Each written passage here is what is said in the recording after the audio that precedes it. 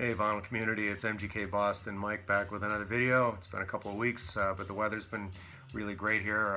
Summer seems to be getting underway, officially weather-wise, so I just been outside and haven't made any videos, so here I am today on a rainy day doing just that.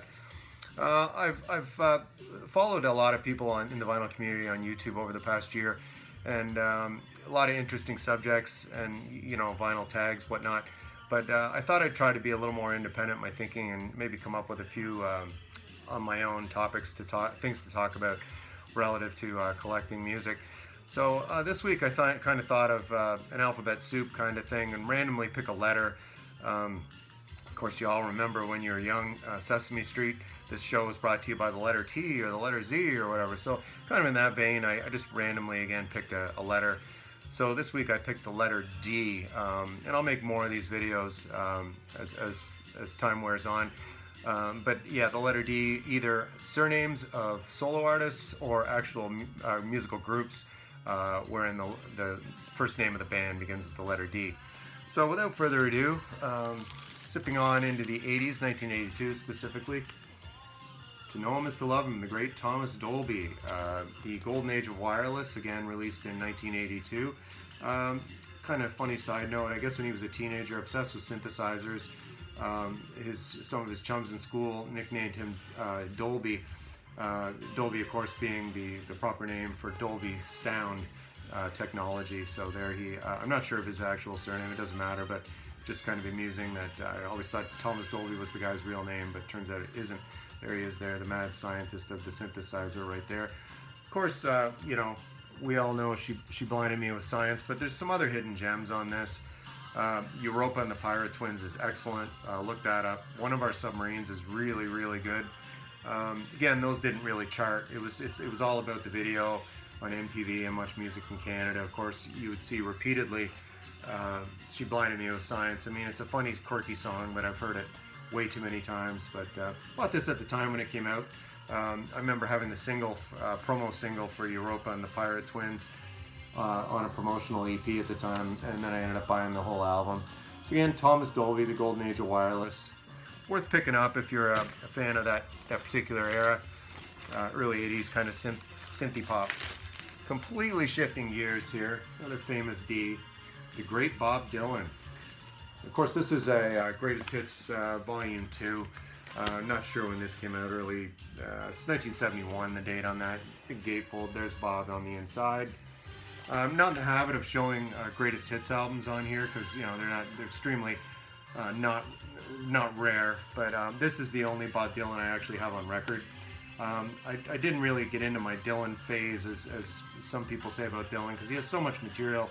It is a phase to get through all of it. And to know it is to love it, because his career has been, you know, over such an extended period of time from the early 60s up until the present. Like, actually, he just had his 80th birthday this past week, I believe. So again, like I said, this is the only record I have of his in my collection, because at the time when I got into Dylan in the early mid-90s, I was buying predominantly compact discs. So the bulk of my Dylan stuff, and I have quite a bit of it, is on compact disc. I'm not going to duplicate that on record. Conversely, when I was buying all compact discs, I was duplicating a lot of stuff I had purchased on record in my younger days, just because I thought this was the new technology and, you know, would surpass and we'd never listen to records again. But here we are. So thankfully, we're still listening to records. So again, that's the Greatest Hits. I'm not going to name a bunch of the songs because you're pretty familiar with them. Lay Lady Lay, Maggie's Farm, I Shall Be Released. Yeah, so Grateful Dead do actually a really good version of I Shall Be Released. You can look that up on YouTube. But I have a whole bunch of Dylan. I'll just show some other stuff here on CD. Of course, the Freewheelin' Bob Dylan right near the beginning here. I think this is 1964, 65. All acoustic stuff. Of course, Blowin' in the Wind, Girl from the North Country, Hard Rains Are Gonna Fall, Don't Think Twice, It's Alright. I mean, they're all there. This is a really, really good album. The Freewheelin' Bob Dylan. Still in the 60s here, Blonde on Blonde. This is a 2-record set on compact disc. Of course, Pledge of My Time, Visions of Joanna, Leopard Skin Pillbox Hat, Absolutely Sweet Marie. I mean, yeah, not a real bad song on there. And as I mentioned earlier, the Grateful Dead, of course, they collaborated with him once in a while, with Bob, that is. This is a live album, Dylan and the Dead. Some real good highlights on here. Slow Train, Gotta Serve Somebody.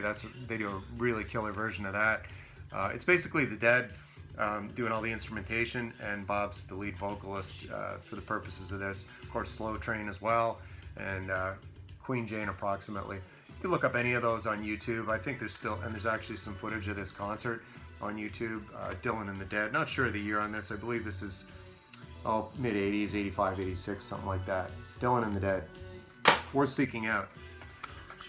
Back to the 70s here. Blood on the Tracks, of course. Tangled Up in Blue, Simple Twist of Fate, Idiot Wind, If You See Her, Say Hello. That's an excellent love song. Yeah, just really terrific. Blood on the Tracks. This is another favorite of mine, Infidels. I believe this came out, I want to say 1982, yeah. You know, a lot of people, they dismiss Dylan's singing and it grates on them, or, you know, they haven't dug deep enough, because his songwriting ability, he's clearly the best songwriter in my lifetime. Of course, that's just my subjective opinion. But yeah, I just think, name someone who's surpassed him in the field of songwriting. I mean, he just cranks them out. So yeah, on this one, of course, Joker Man, Sweetheart Like You, License to Kill is a really good ballad. Side 2 of this is a little lackluster, but again, it's still worth getting. He comes in hot on side A, and it's worth getting just for that. Infidels, 1982. That's promo. This is a promo single, Series of Dreams. This was also available on the bootleg series, which I don't have. It was a box set of material, 1961 to 1991, a compilation. Series of Dreams, though, an excellent song on its own. Yeah, look that up. There he is on the rooftop. And speaking of compilations, this is called Biograph. This came out in 1996, I believe. It's a 3 CD set. It's basically live outtakes and unreleased material and alternate versions of some songs. There's a different version of Lay Lady Lay on this that's very good. Also a live unreleased version of Visions of Joanna, a song I mentioned earlier. Mr. Tambourine Man. Yeah, they're all here. Again, anybody that's familiar with Dylan, I can't list all the songs because you know them already. So again, Biograph, 1996, 97. Time Out of Mind, this is 1997. He actually won a Grammy for this, I believe. Not that I care that much about the Grammys, but this is actually produced by Canadian producer Daniel Lanois. It's unmistakable, the sound. You can always tell a Daniel Lanois production. He worked with others. Well, he's worked with many big musicians over the years, like Robbie Robertson, U2, just to name a couple. But when you hear a Daniel Lanois production, it's really unmistakable that it's got his hands all over it, and this is no exception. Time Out of Mind, worth picking up. Again, yeah, Love Sick, Million Miles. It's kind of a slow burn, this one, but it's a good listen. Time Out of Mind. Moving on into the 2000s, this is from 2001, Love and Theft. Not a particularly great record, but again, it's listenable. You know, he's in his later years, of course, at this point. He just had I believe his 80th birthday this past week. I actually saw him touring on that Love and Theft tour the following summer. This is a ticket stub from 2002 at the Molson Amphitheater. It's a venue in downtown Toronto, right on Lake Ontario. Beautiful venue. Any of you out there watching this video that have been there know it's a beautiful spot right by the lake. Great for summer concerts as long as the weather cooperates. I did sit through the rain at an Allman Brothers show that wasn't particularly enjoyable, but beyond that, great venue. I think it's called something else these days, Budweiser Pavilion or something. I haven't been to a show there probably since around 2003 maybe, when I saw Peter Gabriel, but this was the summer before, 2002, Bob Dylan, yeah, on the Love and Theft tour. His voice was kind of shot at that point, but he had a big band with him, really, really good. He played 2 sets, of course no opening act or special guest, it was just Bob Dylan only, exclusively that night. Really good concert memory. It's a completely shift in musical genres here. DOA, these guys, anybody that knows any punk rock from Canada during the period in the 80s, these guys were from Vancouver, British Columbia. Frontman Joey Shithead, of course his real name was Joe Keithley. This is pretty cool. Talk minus action equals 0. Do the math. Some of the highlights on this: I'm Right, You're Wrong, America the Beautiful, War in the East, I Hate You, Class War. Lots of songs about war on here. course, it's War on 45. And actually, it's 8 songs. They all clock in around 2.5 minutes, like a typical hardcore punk song does. And you play this at 45 RPM. So yeah, there's nothing on the inside. Just this was on the Fringe label, as I've mentioned before. It was a label out of Toronto in the 80s, I believe now defunct. Of course, there's the fan club information. Yeah, and so actually, funny side note, just 2 or 3 years ago, Joe Keithley clearly ditched the shithead surname, and he actually got elected to town council in his hometown of Burnaby, which is a suburb of Vancouver, pretty large suburb actually. So he's a town councilman there in Burnaby, politically active guy, Joe Keithley. Again, DOA, really good cover art on this, the cartoon, pretty cool stuff. Bought this when it came out. I was probably grade 9, grade 10, 1980. 82, yeah. Anyway, DOA, War on 45. New wave, not punk. These guys were alternative new wave. The Damned out of the UK.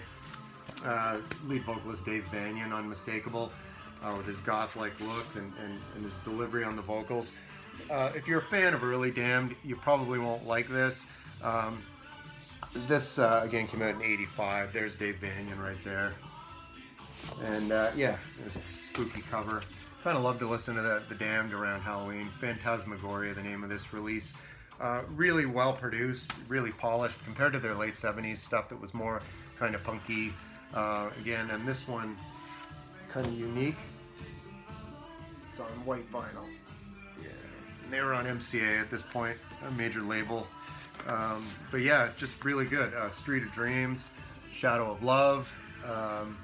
Grimly Fiendish was the big single from this. Of course, you always hear that around Halloween, Grimly Fiendish, and there's a really good video they made for that one as well. So yeah, Phantasmagoria, The Damned.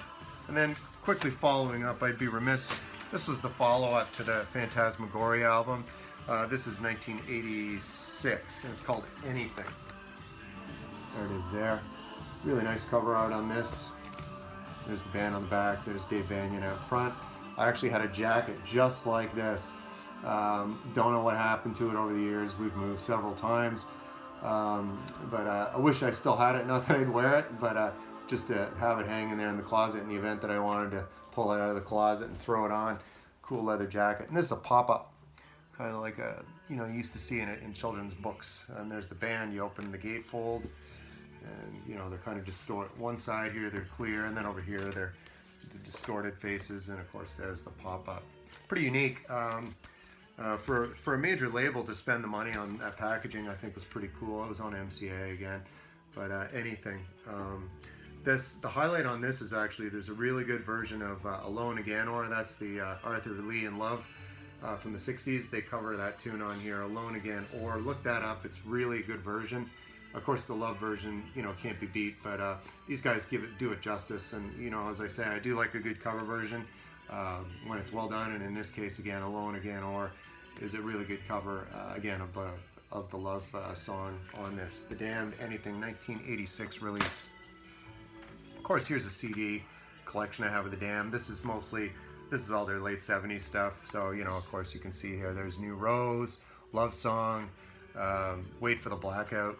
Look that up. That's one of my favorite early Damned songs. Wait for the Blackout. All that stuff's on YouTube. So yeah, worth checking out. But yeah, they really changed their sound and became more of a new wave than a loose, I'd call neo-punk outfit that they were in the late 70s. But yeah, there they are in their younger days. There's Dave Vanian out front. Yeah, unmistakable sound. Jumping genres again here. Here we go back into some vintage country and western. This is Dave Dudley. This came out 1970. It's called The Pool Shark. Yeah, I just picked this up on a lark. I knew he had a single that was most well known that most people know is called 6 Days on the Road. This was a subgenre of country and western at the time. Basically trucker country. It was all about songs about driving a truck, being on the road, all that kind of thing. And yeah, some of the highlights on this, I mean, this night ain't fit for nothing but drinking. There it is. Of course, they highlight that on the front. It's a really funny song, but he had a nice baritone voice. Dave Dudley. This is the only one of his that I have.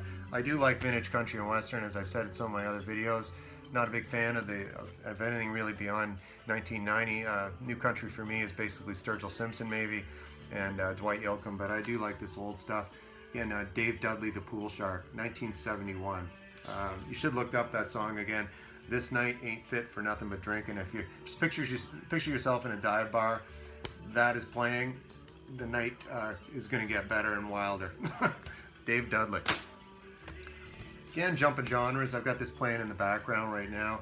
Of course, new wave synth poppers, Depeche Mode out of the UK.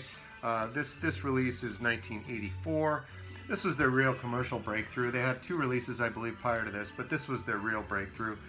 Some of the highlights again, like Something to Do, of course, People Are People, Master and Servant, and of course, Blasphemous Rumors. Yeah, I mean, just really, really terrific stuff. I have a bunch of their stuff also on CD. I'm not going to bother showing that. But Dave Gahan, unmistakable vocals. Just a good singer, and very minimalist. The keyboards and all that. Almost they did have a drummer, but it does sound at points on this album like a drum machine. But this is definitely a classic. Some Great Reward. Bought this when it came out. Yeah, again, 1984. Yeah, a lot of memories with that one. I'm all over the place with the genres today, just trying to keep it in the D's. As I said, that's the subject, so we're going to cross a few musical genres. The mystical hippie himself, this is Donovan, live in concert, 1968. This was recorded in Anaheim, California at an outdoor venue. I'm not sure the name of the venue. He opens with a little speech on this. Of course, there's a little story he writes. This was his first American tour, and he has a nice note here. Almost a letter to the fans, and so we flew over the ocean and landed in America for concerts, etc., etc. Yeah, there's the mystical beast himself, Donovan. I'm a big fan. I think he was a terrific songwriter. On this, of course, you've got Young Girl Blues, Preachin' Love, Pebble and the Man, The Fat Angel, Guinevere. Yeah, this is really good. I was happy when I found this a couple of years ago. Yeah, at a store here in Boston for a decent price, because it can be expensive and it's in good shape. So again, Donovan in concert live in Anaheim, California, 1968. Probably one of my favorite albums of all time. The Doors' self-titled debut. This was released in 1967. This is, of course, a repress, Canadian press in 1980. Of course, it was on the Elektra label. There's the guys right there, all in the back here. There's Gentleman Jim right there, Jim Morrison. First heard this, funny story, I was on a trip with my parents to Cocoa Beach, Florida. We used to go down there for a week.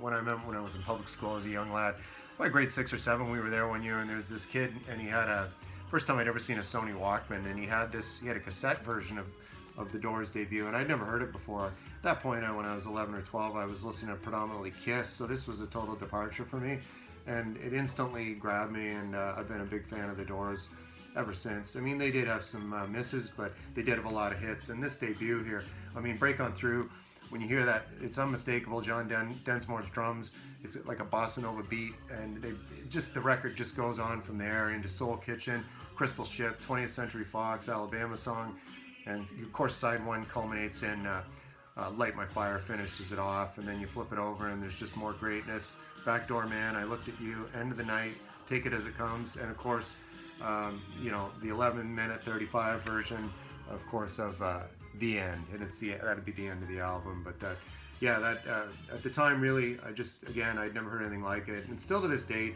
I'll throw this on, and I usually, this is one of those, you listen to the whole thing all the way through because it's just so good. You can see there's the Maple Leaf being the Canadian press, as I said earlier. But yeah, the Doors debut. There's the personnel, of course, we all know them and love them. But yeah, of course, I believe Robbie Krieger's no longer with us, and of course Jim Morrison passed a long time ago, decades ago. But yeah, the Doors, if in the unlikelihood that you don't know this, get it. Doors debut, 1967. And again, we're jumping all over the place here. Now, this is probably going to surprise a few of you out there that I have a Neil Diamond record. I actually have a few. I don't mind the cheesiness. This was actually recorded live at the Troubadour Club in Hollywood, California, 1971. He wasn't a huge star at this point, and he plays only with a small. He's just got a guitar player, a drummer, and a bass player, so it's a four-piece, and he's at the front, and he plays some acoustic guitar on this record like he would do. But it's a normal, again, a four-piece band, not the big orchestration of his later years. So Neil Diamond, kind of interesting. He came from Brooklyn, New York. He worked in the Brill Building, which was a publishing house in Manhattan in the all through the 60s. And the Brill Building was around before that. But during the 60s, there was a lot of predominant songwriting going on in that building. Some of the alumni, Simon and Garfunkel, of course, Carole King, Neil Sedaka, and of course Neil Diamond. They were writing songs, cranking them out for other people. And hold on, I'm just going to flip this record over.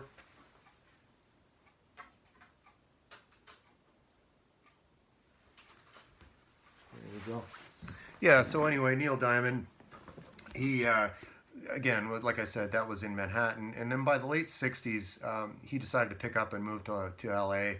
And he did just that. And he kind of reinvented himself and changed his sound, eventually becoming, again, the adult contemporary star that most of us know or had our parents listen to.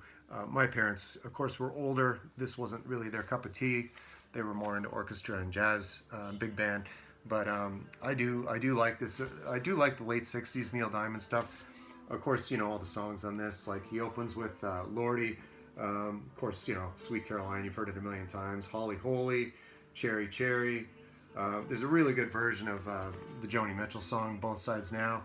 But again, this is a stripped down, small band, live in a club. The Troubadour was not a stadium, it was a club. And the sound on this reflects that. It's more raw, it's more pop rock than it is, like I said, his later soon-to-be adult contemporary superstardom that was right around the corner. Again, this was recorded and released sometime in 1971. There he is on the back. But yeah, one critic here on the back here. On stage, Diamond radiates the same excitement that has made pop stars from Sinatra to Presley. And it's a sensation that can't be described, only felt. That comes from Cashbox, some writer from Cashbox, which Cashbox was a trade magazine at the time. So again, Neil Diamond, Gold, live at the Troubadour Club, Hollywood, California. And lastly, Dire Straits. This is a live at the BBC session. Don't have this on record, obviously, so I'm showing the CD. This is a really excellent, it's not long, but it's different versions live in the studio. BBC recordings were reissued a lot in the 90s, and this, of course, was one of them.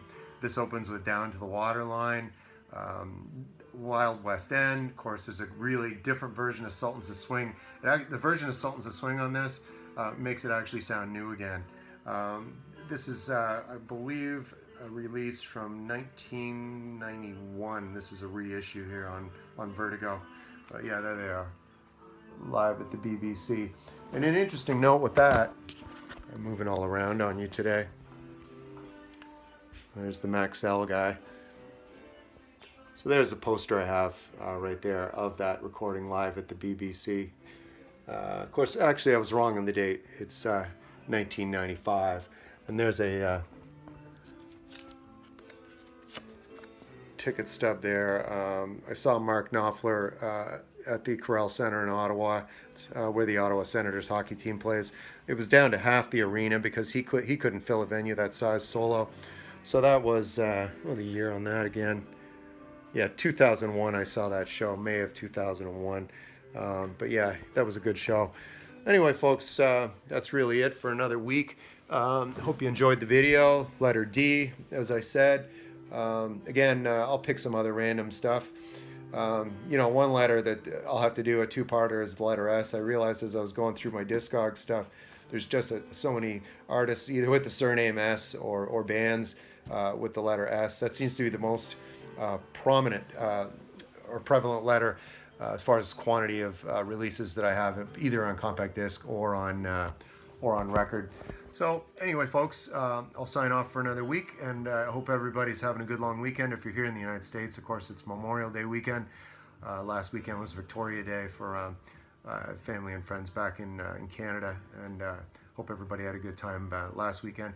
Weather's not cooperating very well here, but we always have music and movies, whatever, amusement indoors. So, well, we'll enjoy it somehow. Thanks, everybody. See you next time.